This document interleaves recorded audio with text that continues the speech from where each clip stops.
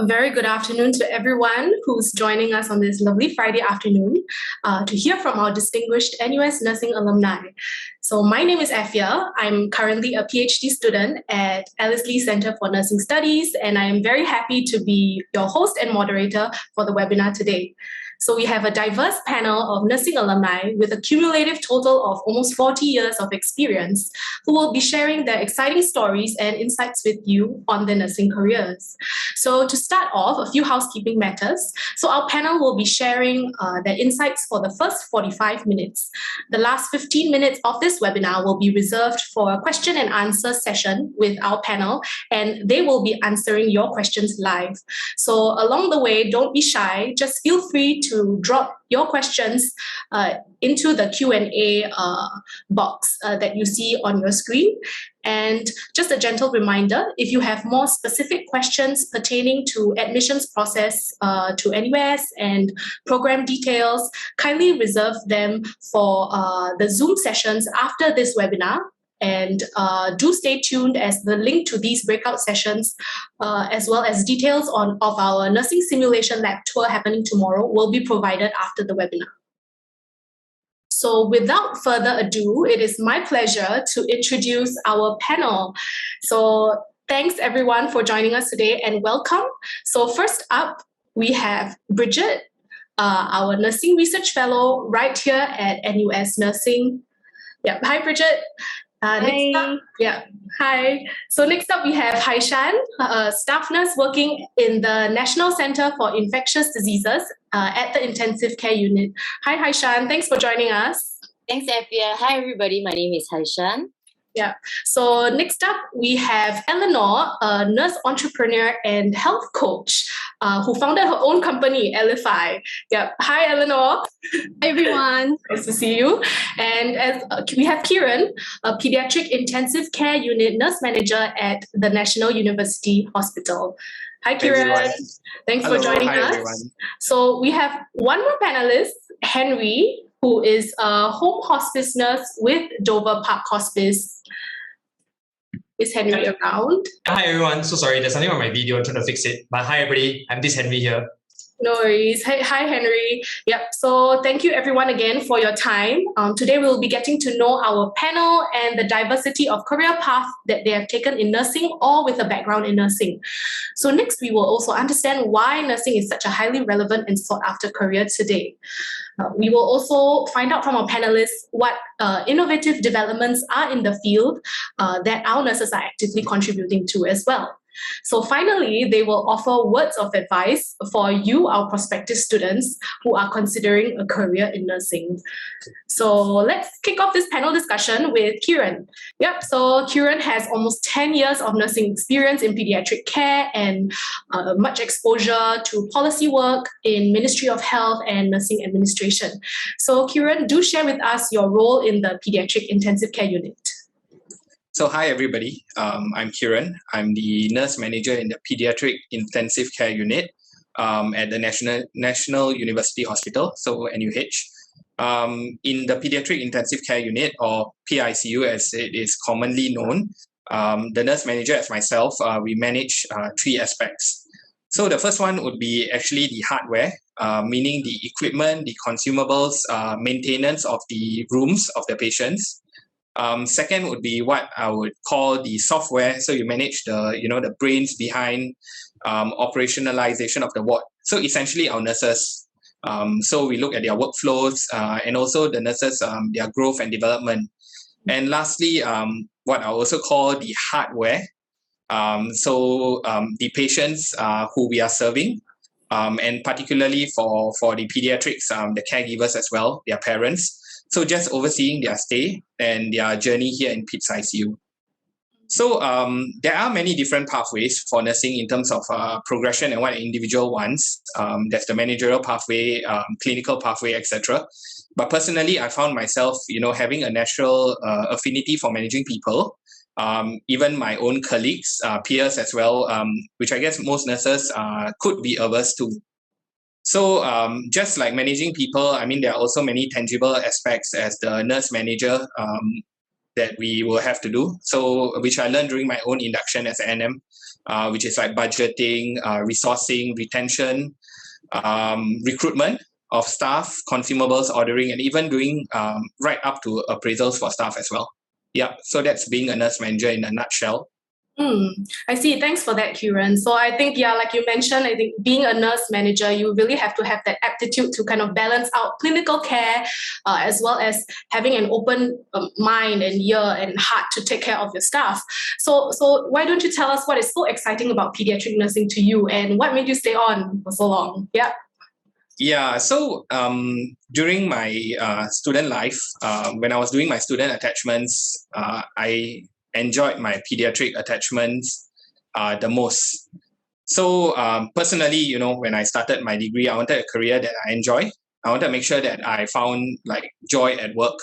And then over the years, I actually also realized that I've, you know, found meaning in work as well, which is essentially why we do what we do. You all would have probably heard this loads, but it really warms the cockles of my heart, you know, when my patients get discharged and they walk out of the ward, be it in the general peds ward or even in the ICU. And particularly for me, like Henry as well, you know, if we are double-hatting as a parent, in pediatric nursing, you are even more assured of what you do for your children, because it is very much applicable even in your own personal life, involving your family. And yes, there are challenges. You have to, we often find ourselves dealing with the parents, caregivers rather than the children themselves. But nevertheless, I have to say there's something very much fulfilling about being, you know, at the start of a child's life continuum and making a difference there, which could potentially be life-changing for them. So for all the reasons and even more that I've articulated, that is why I've chose peds and continue to stay in pediatrics. Yeah, so I think, yeah, you shared really good points. I think, yeah, being a father yourself makes it even more relatable, and yeah, and being able to nurse some of the most vulnerable group of patients and really advocating for them is highly meaningful. Yep, so I think living through these 2 years of crisis has really highlighted the importance of nursing as, you know, a foundation of the healthcare system, and we really played a big part in fighting COVID. Yeah, so I heard that recently you also stepped up to the COVID frontline and took up the role as a nursing lead for a COVID-19 treatment facility. So tell us what that was like. Yeah, so initially I was, I mean, I've been away from the frontline for about 2 years. I just returned from a policy planning secondment at MOH back in August last year. So I was asked to, you know, whether I could contribute more hours working at an external operations facility. You would have heard, you know, COVID-19 treatment facility, community care facility, CCF, CTFs, etc. So when my assistant director of nursing, she asked whether I was ready to, you know, contribute out of the hospital, I gave my name, but eventually evolved to being the nursing lead of the facility, because NUHS, National University Health System, still needed an oversight of the entire facility, so they needed a lead. And I'm sure you are thinking, so what does the nursing lead do? Basically, pre-operationalization, before the facility go live, we had to create nursing workflows. We also manage how the entire facility has to be built or retrofitted for that particular patient population that the facility is assigned to take. So we worked with various stakeholders, NUHS ops, private medical providers, etc. But currently, I'm providing clinical governance for the facility, and I'm also the resource person for the private locum nurses that are actually running the ground. So in essence, like I function like the brain, while they are my hands and legs. Yeah. Nice. So thanks so much for sharing. And I think, yeah, you have really a lot on your plate, but yeah, I think you can balance it really well. Yeah. So thank you so much. And I think in this COVID-19 pandemic, many nurses have also taken up roles outside of their comfort zone. Yeah. So speaking of which, our next panelist, Haishan, has been fighting on the front lines of COVID from the beginning at the National Center for Infectious Diseases in the intensive care unit as well. So Haishan, do share with us your crucial work in the intensive care unit. Thanks, Effia, for introducing. I'm currently working at the National Center for Infectious Disease, in short NCID, at the Intensive Care Unit ICU. So what I do basically as a ICU nurse, Intensive Care Unit nurse, is I provide close monitoring and constant care for patients who are seriously or critically ill. So what this also means is that we have a monitor that constantly display the vital signs like the blood pressure and oxygenation of the patients. So they are being constantly monitored. And also because at the ICU, the patient condition changes really rapidly, like within minutes and seconds. So we have to always timely give reports of our assessments as well as our recommendations to the multidisciplinary team.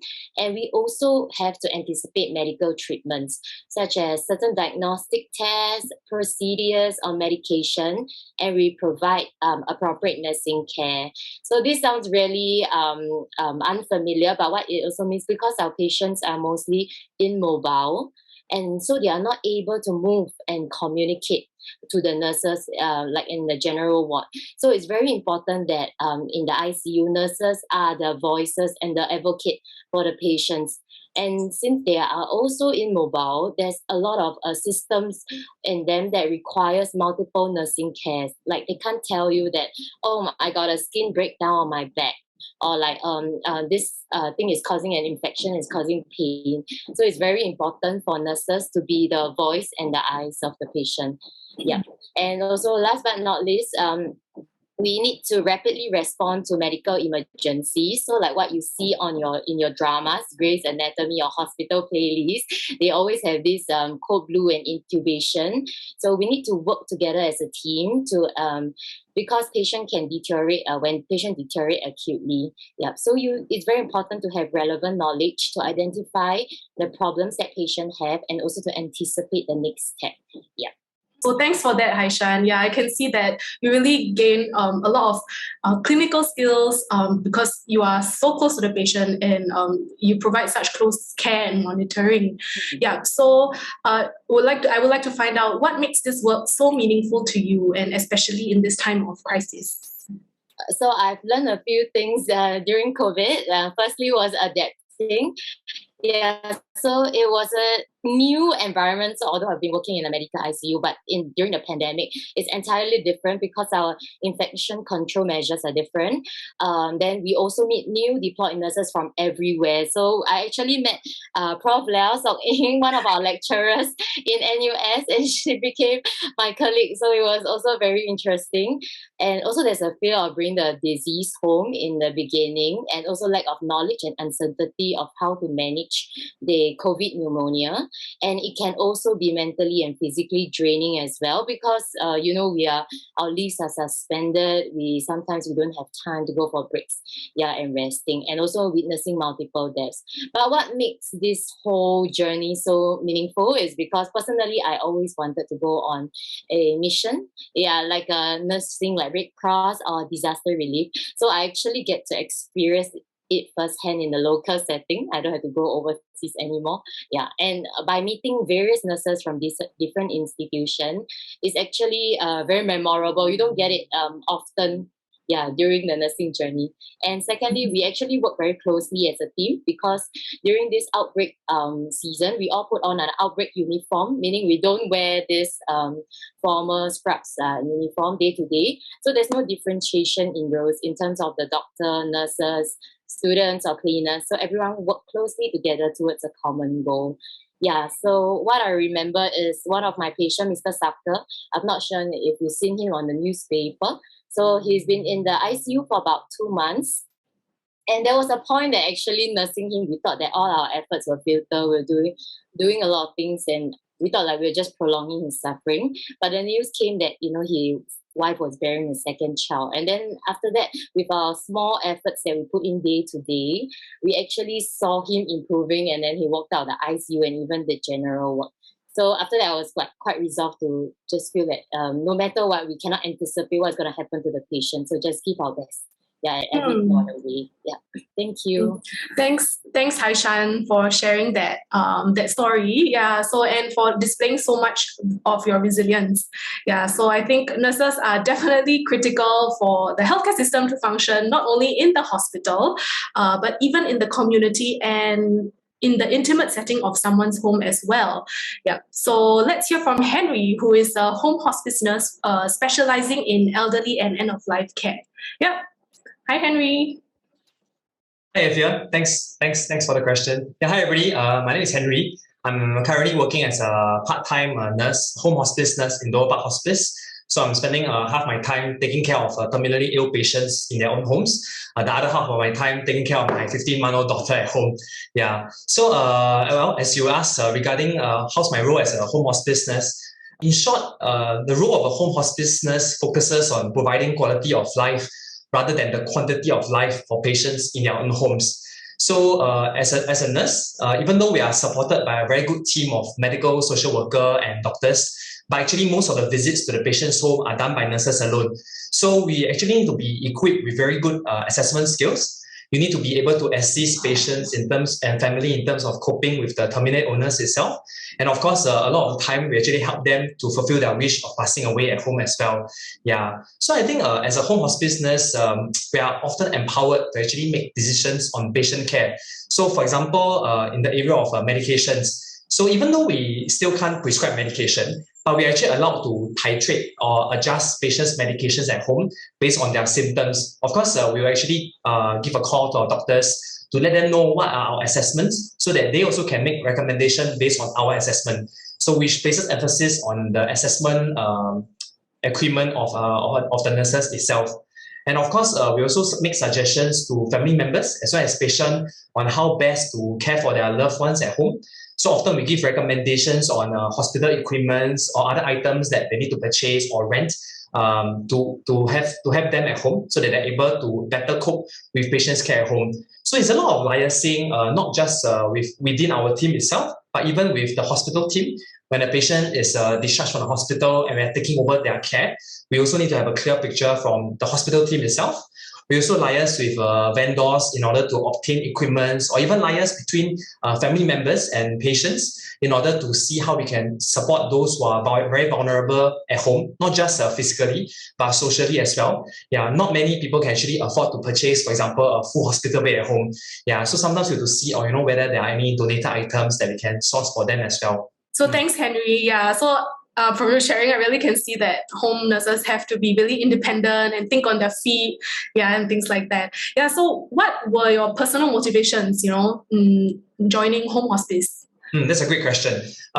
Initially, before I joined the Dover Park Hospice as a home hospice nurse, I actually worked for about 1 to 2 years as a palliative specialty nurse in Pediatric Hospital. So over there, I remember very clearly, I have a patient who turned a close friend. So happens that she passed away on my birthday. Yeah, so it's a very strong Malay lady. She was very young, but she decided not to go for further treatment for her cancer. Reason being, she wanted to spend more quality time with family members and friends. So throughout our time, throughout our interaction, I still remember very clearly, there was once when she came for appointment, she actually cooked some beef rendang for me when I just told her in passing that that's my favorite. Yeah. So eventually, she did pass away very comfortably at home, surrounded by her family members. And subsequently, the sharing from her niece, who was the main spokesperson for her, she let us know that, aunt was very comfortable, and ultimately she managed to get what she wanted in terms of passing away at home. And from there, I can actually see that the importance and the gratitude from the family and patient in terms of how powerful and important it is to pass away at home, surrounded by a familiar environment, by your friends, by your family members. That kind of inspired me to do what I'm doing today. To pursue the role as a home hospice nurse, whereby you have more autonomy and you can actually do much more and build greater relationship with patient and family members as well. Thanks so much for that, Henry. And as someone who's worked inside the hospital setting and outside, what are the differences like? Yeah, between taking care of patients in the hospital and out of the hospital. So it is quite different. I think working in a community in patients' homes, you're working with many unknowns. So whenever you receive a call from a family or a patient, what they may be able to tell you might not be the full picture at home. So especially in the current situation with the COVID-19 pandemic, there are many times whereby myself or even my colleagues, when you arrive at the patient's home, then you found out that perhaps the family or the patient is COVID positive. Then you'll be like, oh no, you know what I'm supposed to do. So I think as a home hospice nurse, you have to be very well prepared. Before you leave the office, you have to make sure you bring along everything that's necessary, regardless is it your personal protective equipment, regardless is it your blood pressure taking machine set, or any other equipment that you require for the day itself, because you can't just run over to the supply room to take your items, just like how it is in a hospital. Mm-hmm. So at the same time, as you mentioned, you need to be quick on your feet and adapt to any situation. If so happens that you're very sore on the day and you run out of certain things at home, you know what you're going to do? How are you going to make use of what is at the patient's house to actually help you to complete what you need to do in the patient's home? Yeah, so there's a lot of adaptability, being flexible, and of course, like what I mentioned, you still have a lot of that autonomy compared to the hospital, because really at home is you yourself most of the time. You have to make your own decisions. It's all based on your own assessment, and even if you call for help, they are also basing on your assessment. Yeah, so if your assessment is not quite there, then they might not be able to give you the right suggestion as well. So thanks for that, Henry. You can see that your clinical judgment really has to be, top notch, to really serve this group of patients. And I think being able to journey very closely with them is very fantastic. And I think that your patients really appreciate your support deeply. So thanks again. Yeah. So for our audience, if you're interested to know more about what kind of nursing skills that we learn at NUS, do join us on our nursing simulation tour on Instagram Live tomorrow, and stay tuned for the details at the end of the webinar. So now that we've seen the whole spectrum from pediatrics all the way to the end of life care, nurses also do play a part in contributing to maintaining the health of our community. And did you know that nurses can be businessmen and businesswomen as well? So our panelist, Eleanor, is the epitome of that. So she is a nurse entrepreneur, and she founded Elify, whose mission is to help individuals live their best life through healthy practices. So hi, Eleanor. Thanks for joining us. And why don't you share with us what took you down this unique path as a nurse entrepreneur? So before I like to introduce myself a little bit more, I'd like every one of you here to consider 3 questions, all right? The first question is, do you think that in general, modern societies are aging in a healthy way or in an unhealthy way? The second question is, do you think the chronic disease epidemic, I refer to cardiometabolic disorders like diabetes, heart disease, stroke, and even cancer, to be an epidemic that is going to get worse or going to get better? Now, the third and the most important question is, do you think that these chronic diseases are an issue among the elderly, or are they an issue of modern society as a whole? And so when you consider these 3 questions, these are exactly why I do what I do. I am a health and fitness coach, and I run my own business in the sense of things. I'm a solopreneur. So to some of my clients, I am an equivalent to a physiotherapist, because I give my clients the ability to squat down with their body weight. Can you imagine that you don't have the strength to even sit and stand from the chair? And the truth is that you see such problems happening even among the young. People who are as young as in their 40s, some of them are cancer survivors, no doubt. But do you know that there are people who are even in their early 20s who can't even do a body weight lunge? Don't you think that this is very scary? Because if you consider how chaotic modern world has become, especially in light of the crisis, my question to the average Singaporean is, are you fit for war?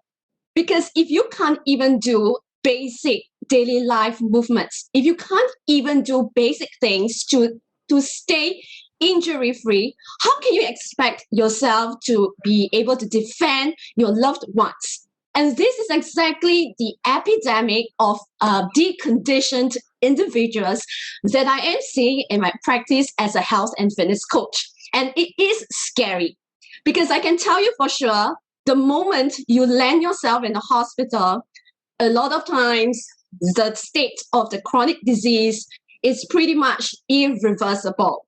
And so I started my journey as a nurse in Khoo Teck Puat Hospital. I was bonded there for close to 3 years. And it was my stint as a bedside nurse that convinced me that the healthcare system needs a revolution. We need to stop treating healthcare as a band-aid solution. We need to start looking at healthcare as a proactive process to empower people to start seeing themselves as holistic individuals who has a right to health. But that right to health needs to be practiced from the very beginning when you're healthy and not wait till you start developing symptoms of illness and disability. And at that point in time, many times in my experience, it's so late. Can you imagine yourself not being able to wipe down your private parts because you're so disabled? Do you think that this is something that happens to the elderly people?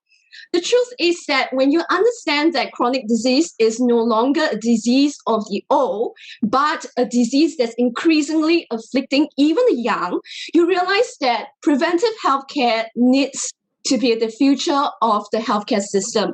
We need more people, especially healthcare professionals, who are passionate about using lifestyle interventions, nutritional interventions, exercise, stress management, to teach and empower people how to start taking care of their bodies and their loved ones' health before they land themselves in the hospital. And so this is, in essence, what I do as a health and fitness coach. I see this as my mission to equip every single mother, father, and the ones that they are taking care of so that they know exactly what to do to prevent themselves from becoming disabled for life. So thanks so much, Eleanor. I can see that your, journey in bedside care nursing has really, informed you and inspired you to really look at preventive health, which could have been, neglected. Thank you so much for inspiring and charting a path for our future nurse entrepreneurs. And so some of them might even be in our audience today. Who knows? So thank you again, Eleanor. So another unconventional role that nurses take is the nurse researcher role. So the healthcare community really depends on them to produce new knowledge and to constantly improve healthcare practices. So we have Bridget, who is our PhD graduate and research fellow, to tell us what being a nurse researcher is all about. Hi, Bridget. Hi, everyone. So as a research fellow, the bulk of my work involves conducting nursing and healthcare-related research. But something very unique about our role in NUS Nursing Department is that research fellows also spend some portions of our time in teaching the undergrad students. So what really kick-started my interest and also sustained my interest in research is, if I really reflect, it started out when I was in NUS, when I was doing my honours year, which is the fourth year in NUS nursing. So it was then I had the opportunity to conduct small research project under the supervision of our faculty staff. And my supervisor really inspired me, and she introduced to me the role of a nurse researcher. And back then in 2010, it was something that is not very common. It's also something that not many people know about. So she inspired me to have such an inquisitive mind and also sparked my interest in continuing to do research even after graduating from NUS. But that being said, I did not start out as a nurse researcher. After graduating from NUS, I went, like Haishan, I was an ICU nurse. So I was practicing in ICU for which is intensive care unit, just in case if you're wondering, all these jargons that we are throwing at you. So when I was working in the clinical setting, right, it really helped solidify my skills as well, my inquisitive, skills and thinking that really helped mold me and facilitate my growth as a researcher, because without that amount of experience that I have in the clinical setting, right, which is in the hospital, in the wards, I wouldn't know what to research on. Yeah, so I would say, you know, for people who are interested in this nurse research track, it's always important to have exposure and also experience in a clinical setting, so that you really know what is relevant and what is relevant and important. Yeah, we don't just research for the sake of researching. Yeah, we want to make quality impact. So thanks, Bridget, for sharing a bit on like what a research fellow role is all about, and why don't you share with the audience a little bit more on your research work? Yeah. Oh, yes.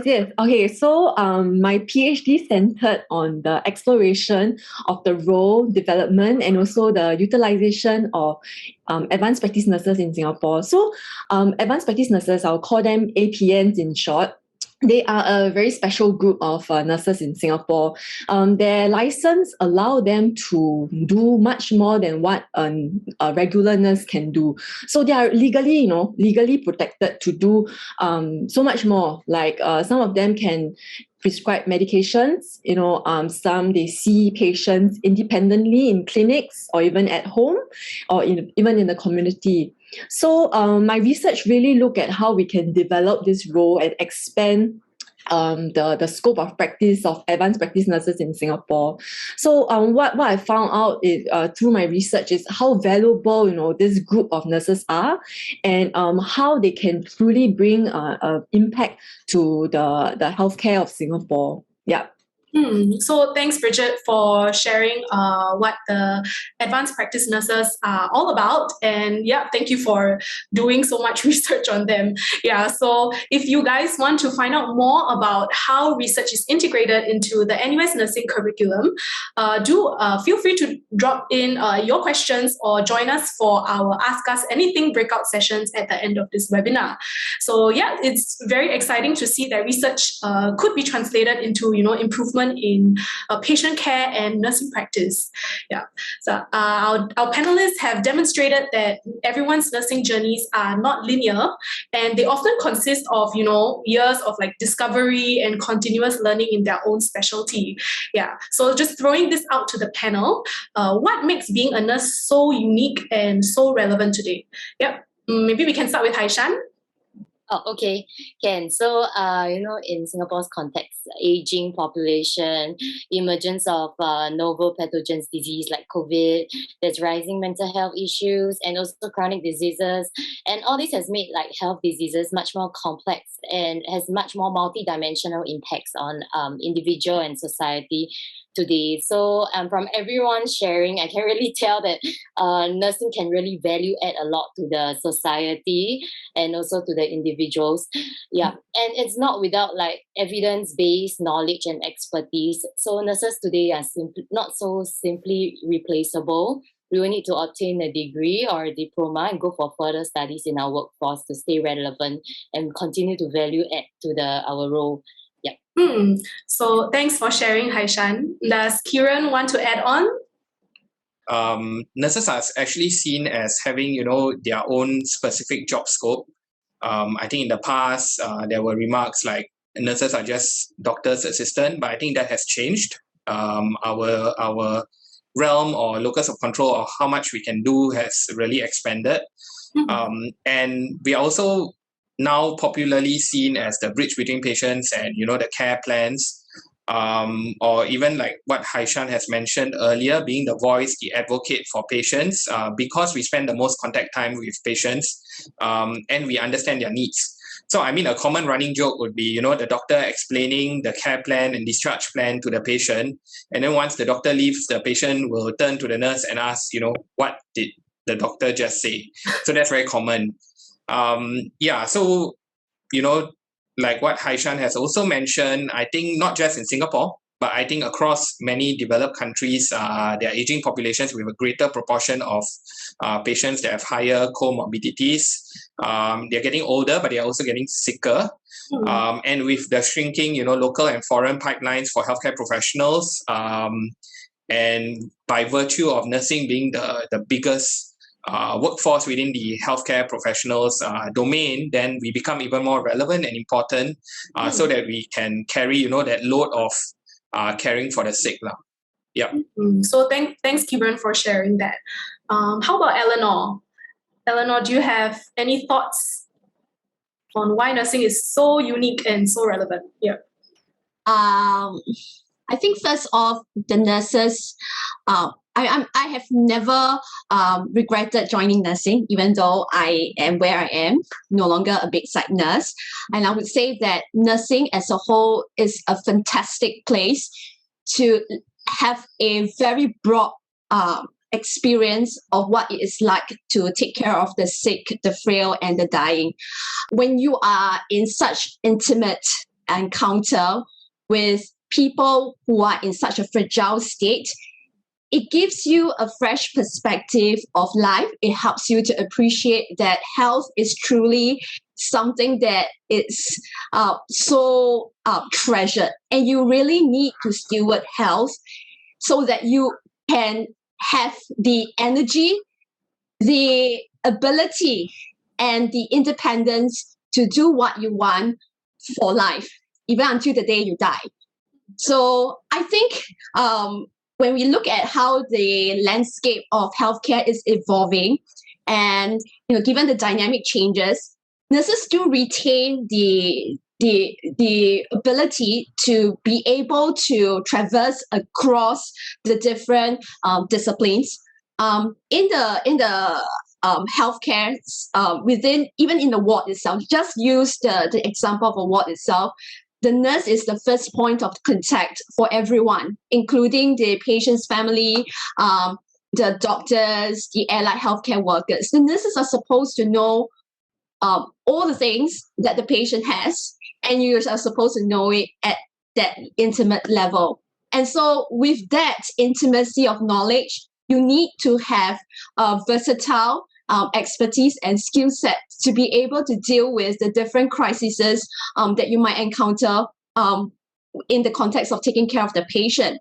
So even though at some point a nurse decides to pursue something else outside of the hospital setting, the clinical setting, these experiences and especially the wisdom of dealing with people who are in such fragile state actually stays with you for life. I have to thank nursing that I am able to relate to my clients. It sets me apart in the fitness industry. People love me and people refer their loved ones to me because I see my clients as a holistic person, not as an entity. I don't look at them as a problem to be solved. I look at them as an individual with their own backgrounds, their preferences, their hopes, their desires, their dreams. It's something that you carry with you even when you stop being a nurse. So I would say that, whoever, if you decide to join nursing, I think, when you become a nurse, you stay a nurse for life, no matter where you end up working after your season in the hospital ends.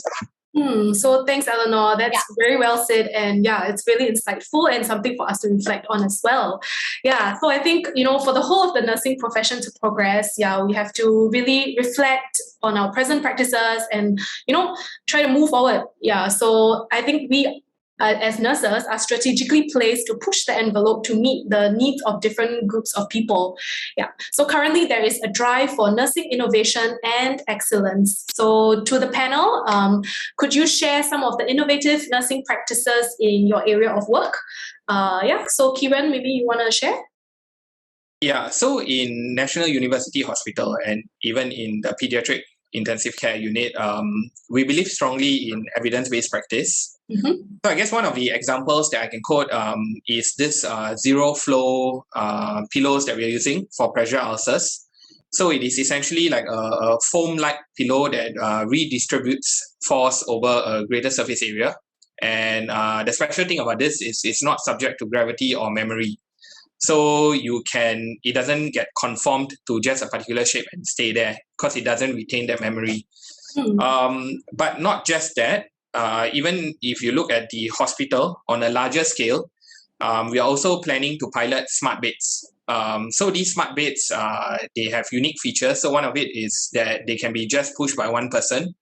So you'll be thinking, what's so great about this? But we are always talking about manpower, right? Manpower savings, not enough people. So instead of having two people, to push, to transfer the patient from one ward to another ward, then you can use the smart bed. And the another unique feature of these beds is that they can also sense when a patient is attempting to climb out of bed as well.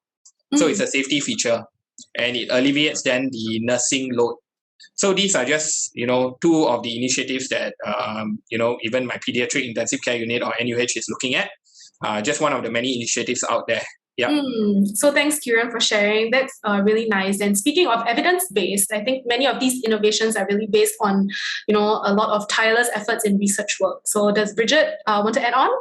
Yes, indeed. Through my research that I've been conducting, I realized that, nurses are indeed given a greater autonomy, more and more these days. So from my PhD, it was quite interesting. So what happened was we were there is this movement, or rather this Ministry of Health call to move care from the hospital to the community. So what happened was we created this design and implemented this new service where the advanced practice nurse would see patients with heart issues in the polyclinic instead of in the hospital. So usually what happens is if a patient has a heart rhythm disorder, right, he will go and see a cardiologist or a specialist in the hospital. And as we all know, the hospital outpatient queue can be very long.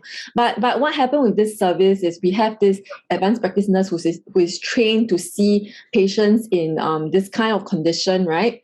We place this advanced practice nurse in the polyclinic, and then it really helped to reduce the waiting time for the patients. It brought care so much closer to the patients' homes, because polyclinics are all embedded within the neighborhood, right? So it really we can really see how more autonomy is given to nurses in general, where we help to see how we can expand and upskill nurses. And essentially, we are not doing all that to exploit nurses, it's all for patients. We want to bring care closer to the patients. We want to bring care, we want to make care also cheaper for the patients. And in the process of which, right, we empower nurses to keep upgrading themselves and improving themselves to do more for our patients in Singapore. Thanks so much, Bridget. So in your perspectives, what do you think nursing will look like, 5 to 10 years from now? Haishan, would you like to share? Yes, thanks for the question. I can hear me, right? Okay, so I'm thinking that actually I see some of these already in the pipeline on the ground. I feel like digitalization, there's a lot of digitalization in terms of nursing care. And also as the nurses, how we learn. Correct. And secondly, I think there will be a lot of change in nurses as leaders and professionalism, like what Bridget is doing. So expansion of our roles as a nurse. And lastly, I feel that we will not just be doing our bedside job. So there will be probably value adding through a secondary degree. So we shouldn't limit ourselves to just nursing roles, but also take up maybe skills future credits to equip ourselves better in terms of another skill like coaching, leadership, or informatics. Thanks, Haishan. How about Henry? As a community nurse, what do you think? Yep. So I think just to reference one of my favorite movies will be like Dr. Octavius from Spider-Man. So one person being able to perform many tasks. So in fact, I think nurses are already doing it now, but I think in the future we'll be better equipped to and given more opportunities to actually refine our skills in view of the decreasing manpower, which I think a lot of my fellow panelists have mentioned as well.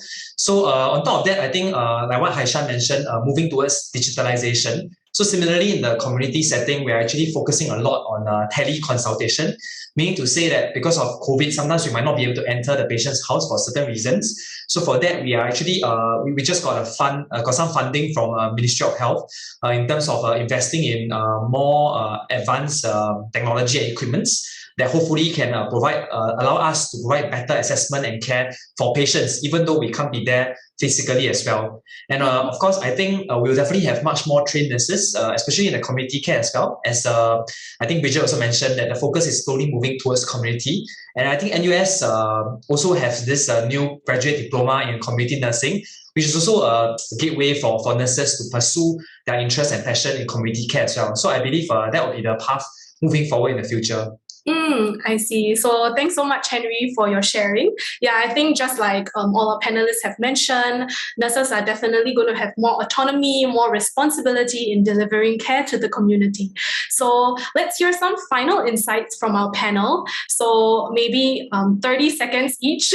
Yeah. What advice would each of you give to our prospective students who are considering NUS nursing and nursing as a career?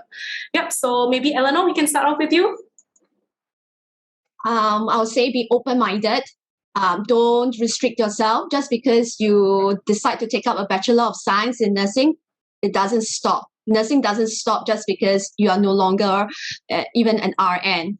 Yeah, because nursing, as what you would have heard from the other panelists, is such a dynamic and versatile profession by itself. So even with that skill set itself, I'm very certain and very confident that one, with just that passion, the resolve, the grit, as well as knowing how to tap and leverage on the skill set, we'll be able to build a business, a meaningful business, to not just benefit the community, but also create the life that you want.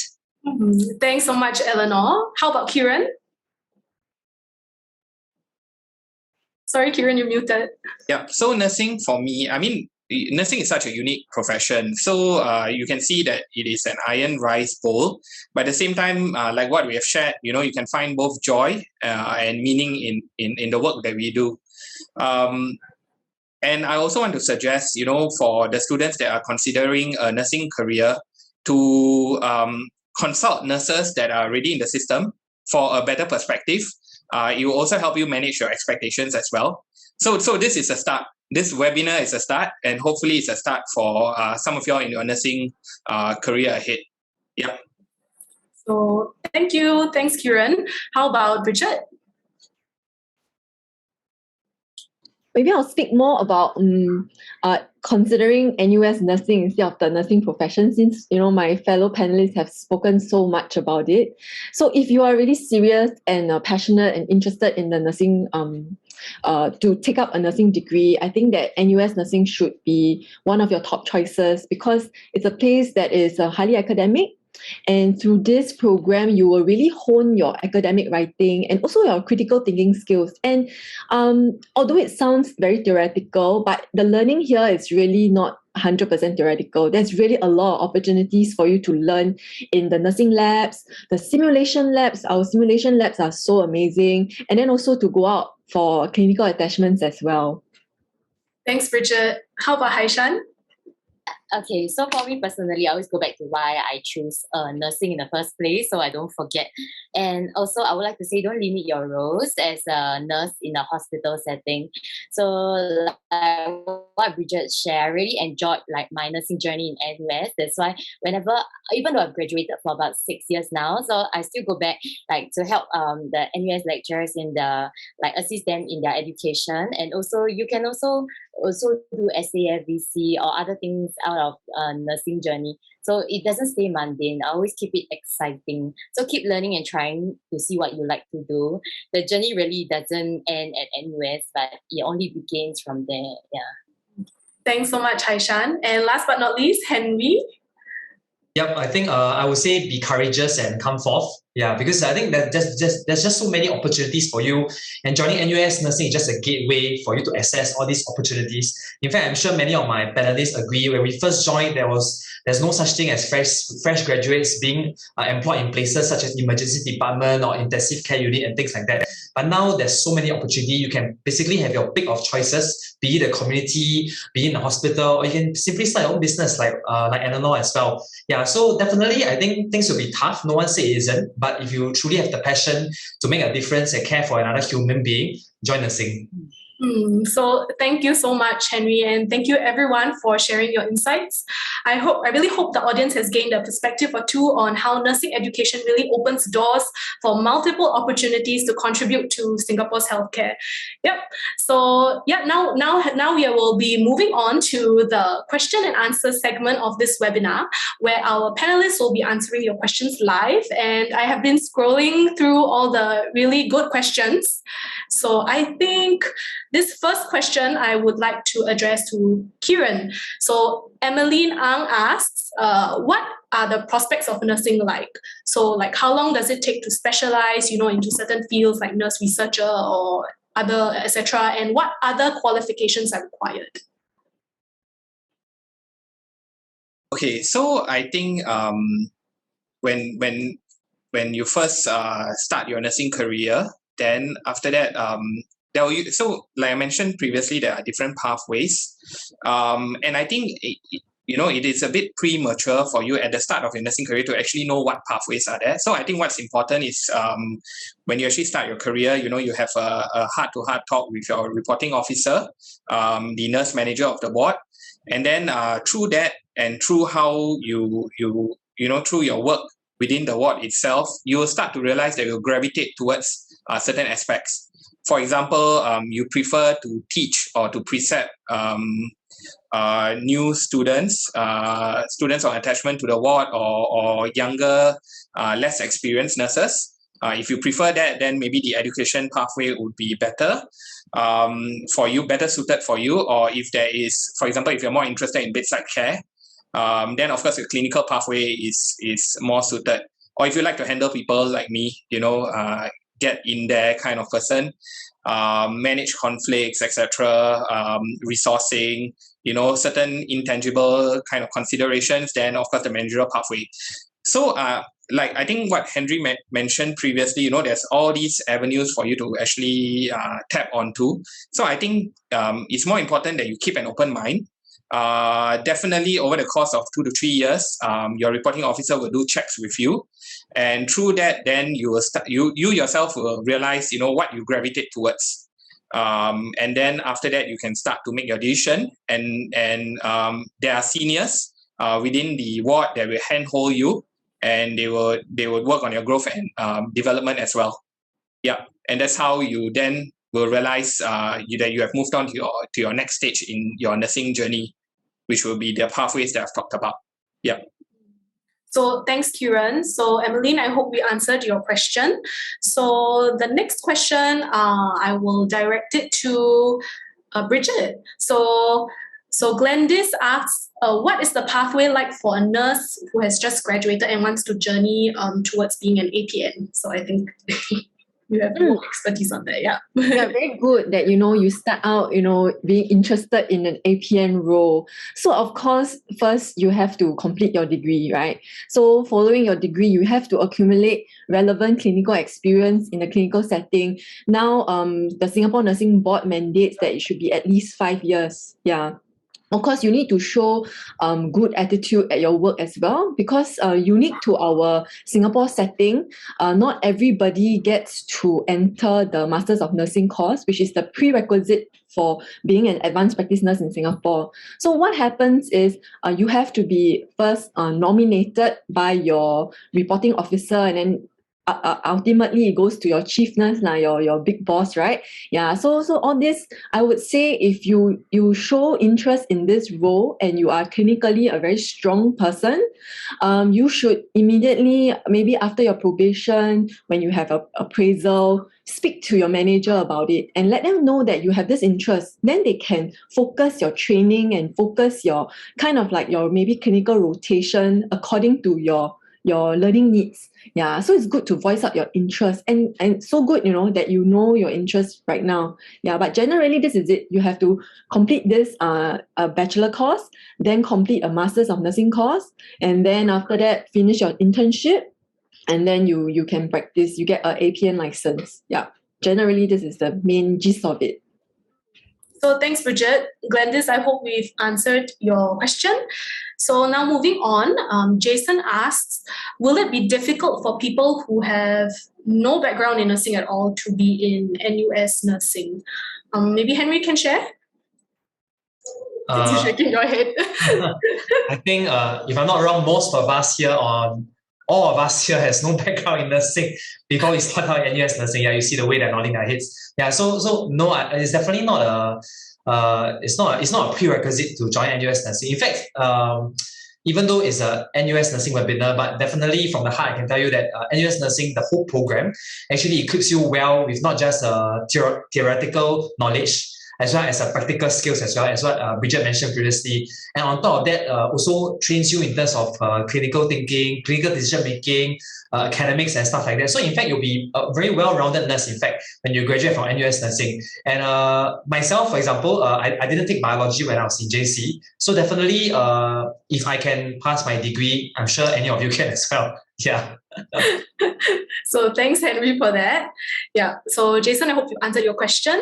So DeAndre asks, hello, may I know how do nurses advance from general hospitals to more specialized institutions like NCID? So I think Haishan can answer that. Okay. I think there's another similar question as well as to how to go into EDOT.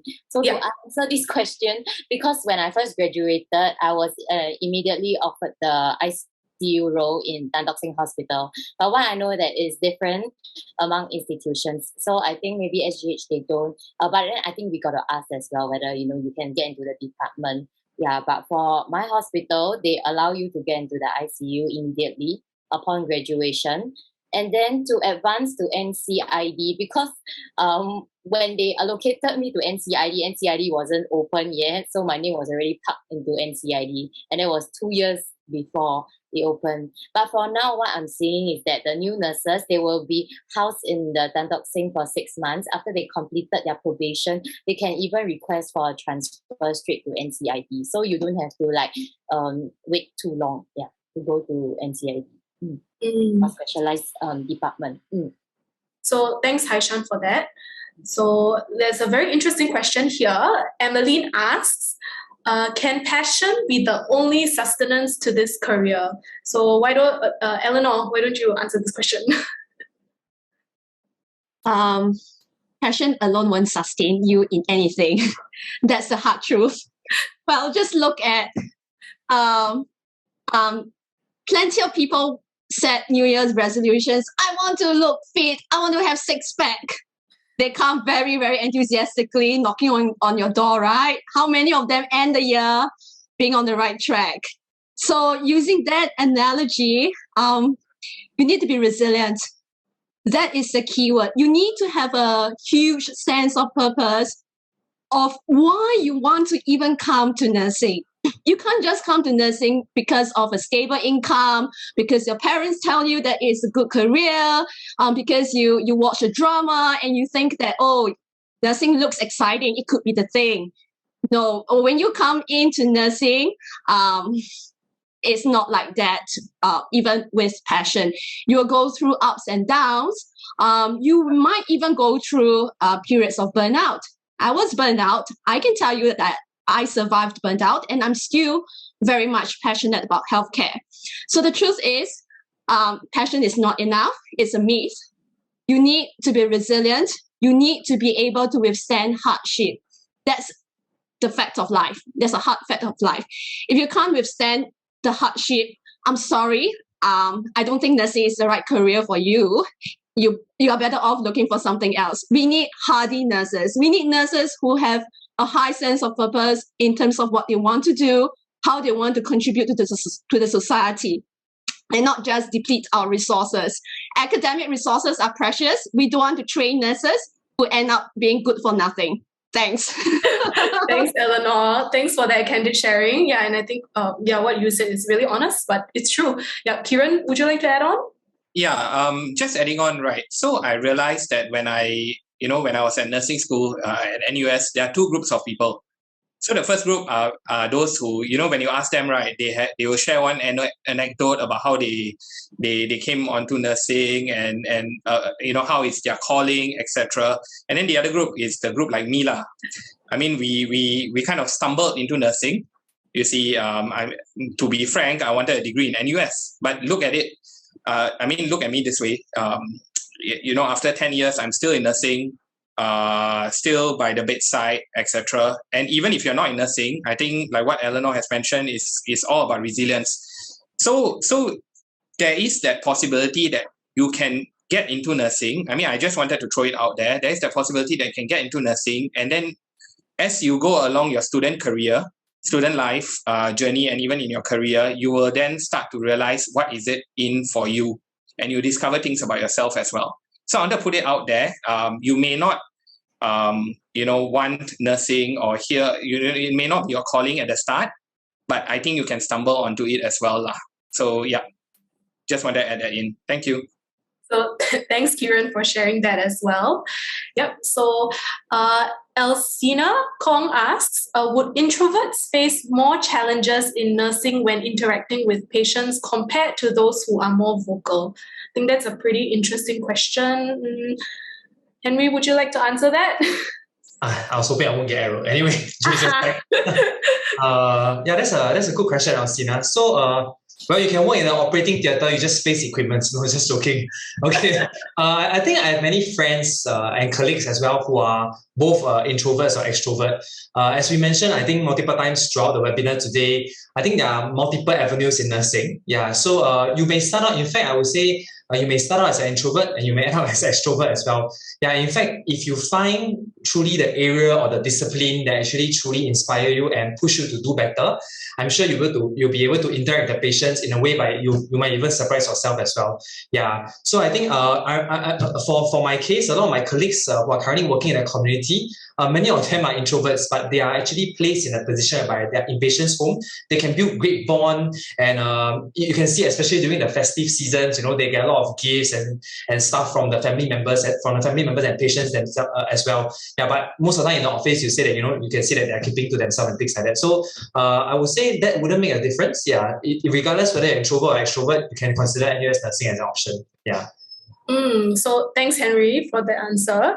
So I think there are a few questions on specialization. I think everyone's interested in specializing already, even before starting school. But yeah, so XY asks, do you get to choose your path of specialization after graduating, or do they look at how well you perform and allocate you? Yeah, there are a few questions around this. Anyone wants to share? Maybe Kieran or Bridget? Okay, maybe I'll share first.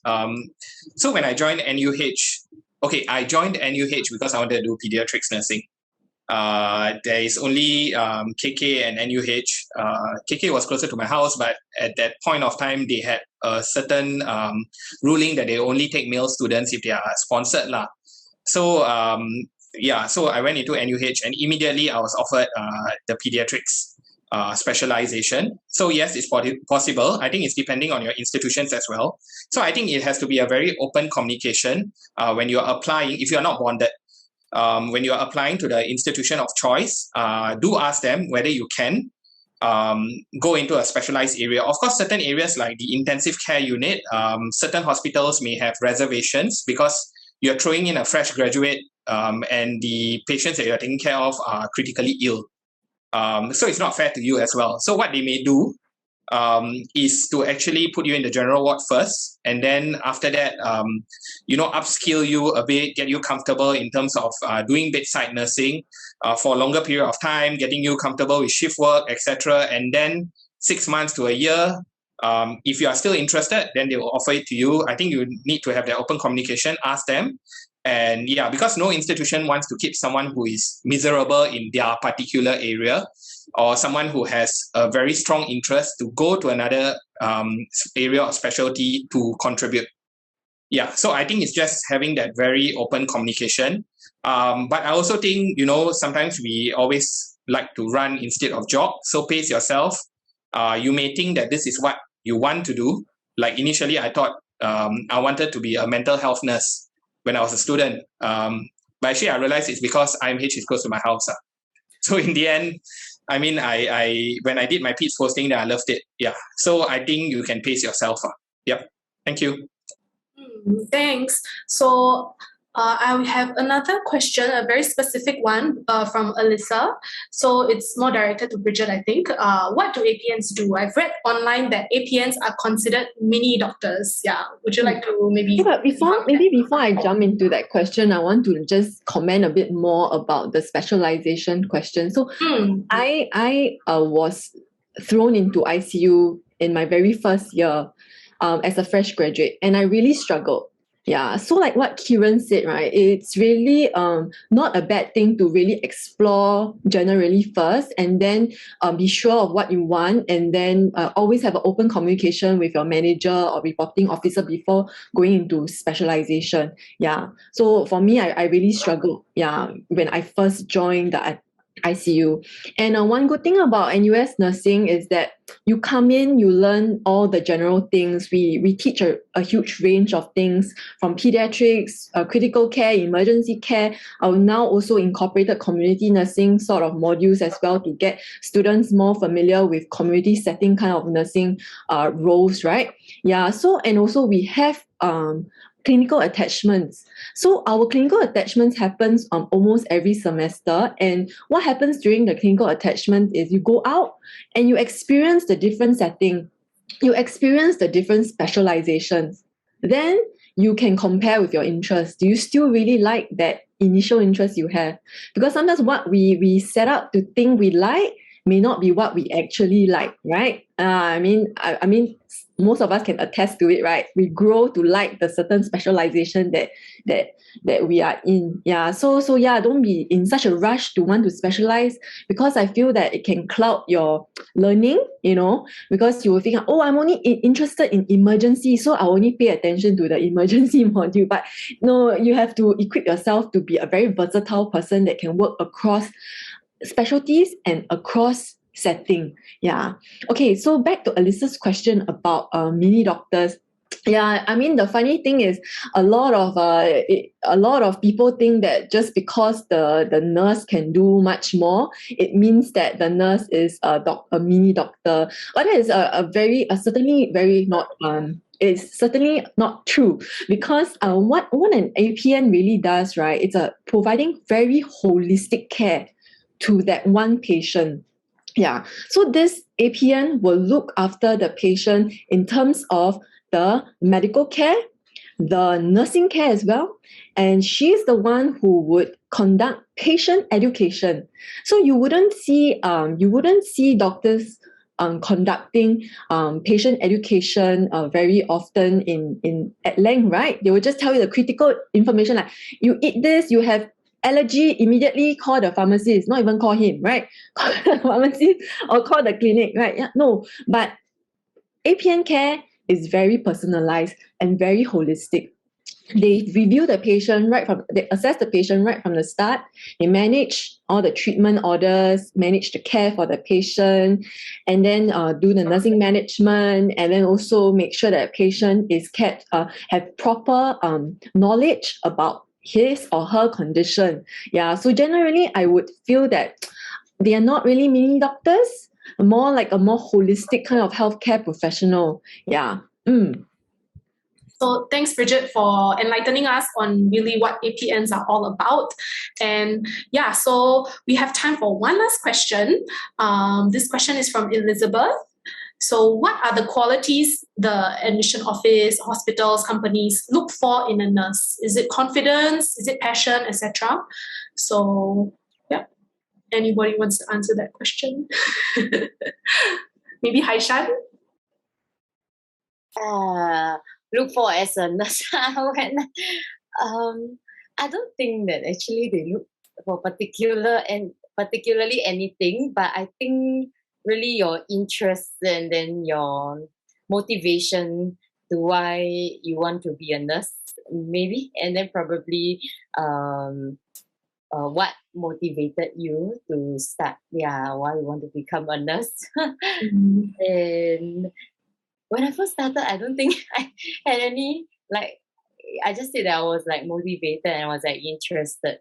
Yeah, and I didn't really have anything else that, I think that they were looking for. So I think they will look for more of probably how you present yourself and reasons why you want to join nursing and things like that. Yeah, Henry, anything to add on? I think we do have 10-year series to questions offered by hospitals and admission office, definitely. Yeah, but I think really it's a more of a, I think probably you hear through the 1 hour webinar is that I think nursing is a sense, yeah, in terms of a sensing of, whether how committed or the word has been thrown a lot, how passionate you are about nursing in terms of what you do as well. Of course, if like what Kieran mentioned, if let's say at the beginning you're not too sure you want to do, but as long as there's a keen interest to learn, to find out more, generally I think hospitals and admission officers and things like that won't turn you away. Yeah, correct. Can I add something? Yeah, sure.